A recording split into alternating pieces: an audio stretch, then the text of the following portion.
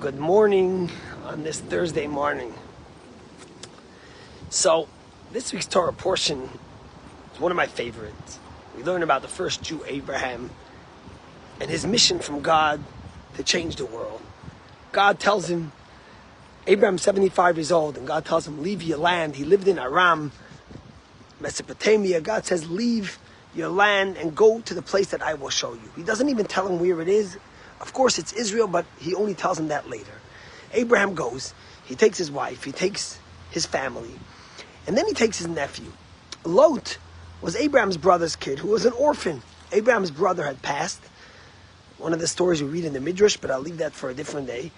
And Abraham takes his orphaned nephew with him as his family. They come to the promised land. God tells Abraham the dream. He makes the covenant with him and he promises him the land of Israel will be yours. And then there was a major dispute between Lot and Abraham. The shepherds of both of them, they had many sheep and cattle, and Lot's cattle would graze all over in land that wasn't his. And Abraham said, what are you doing? That's thievery. And Lot said, listen, God said that the land's going to be yours. You have no children. I'm your inheritor, so then I'm allowed to do it. And Abraham says, God said that, but it still didn't happen, and you can't do it. And they couldn't get along because Abraham was so worried about this, and they separated ways. Abraham looks at his nephew, who we nurtured so much. He says, listen, you take away, I'll take away. Let's part ways because we don't see the same way. And that's what happens. Lot goes to Sodom and Gomorrah, and Abraham stays in Israel where he is, and they separate ways. But a little bit afterwards, Abraham hears the news that Lot was kidnapped. Lot was taken hostage. His own nephew, who he had parted ways with, was taken hostage by the wicked kings. And Abraham goes with his little army, and he goes to fight to rescue his nephew. He puts his line on the life to rescue his nephew. You see, because what Abraham understood more than anything else is that even if him and Lot, his nephew, didn't agree on everything, at the end of the day, they were family. At the end of the day, it's his nephew. And yeah, we can have disagreements, but family's family. You get to the dinner table and you argue and you fight, but then you make up because it's your family. And the same is true for each and every one of us.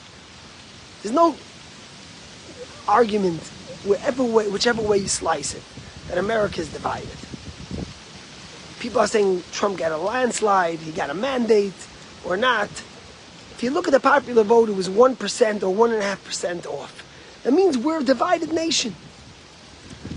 And what we need more than anything is to remember that the day after the election, we're still family.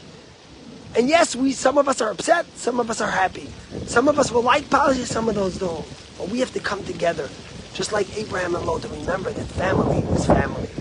You know, one of the most heroic families, October 7th, was the Kalmanson family. They lived in Othniel, which is a community near Hebron. And when they heard what happened on October 7th, the two brothers, Mendel and Elchanan, went all the way from Hebron to the south to Kibbutz Be'eri.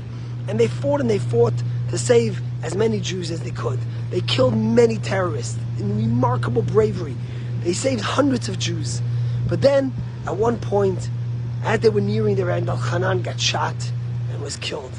And tragically he died, the saddest thing possible. Elchanan's brother Menachem and their father, as devastated as they were, they wanted to do something positive in memory of their son and their brother. And they rededicated a new shul in their community, which they called Keshet Kedoshei Simchat Torah, the holy people that died in Simchat Torah, one of them being their son. And the brother Elchanan remarks that one time he was being interviewed by a TV station, and the TV anchor says to him, you know, you live near Hebron. It's considered a settlement. You're right-wing. You tend to be on the right of things. You're a religious Jew. The people in Kibbutz Be'eri, they were left. They were secular. The greatest opposite of you in the country were the people of Kibbutz Be'eri. He says, I don't understand. Why did you get up on that Simchas Torah morning, on Saturday morning when you heard what happened, and risked your life to go save people who ideologically were totally opposed to you? And Elchanan says that at that moment he started crying. because he couldn't understand how someone could even ask that question. And he looks at the anchor, he says, what are you asking me? Secular, religious, right, left.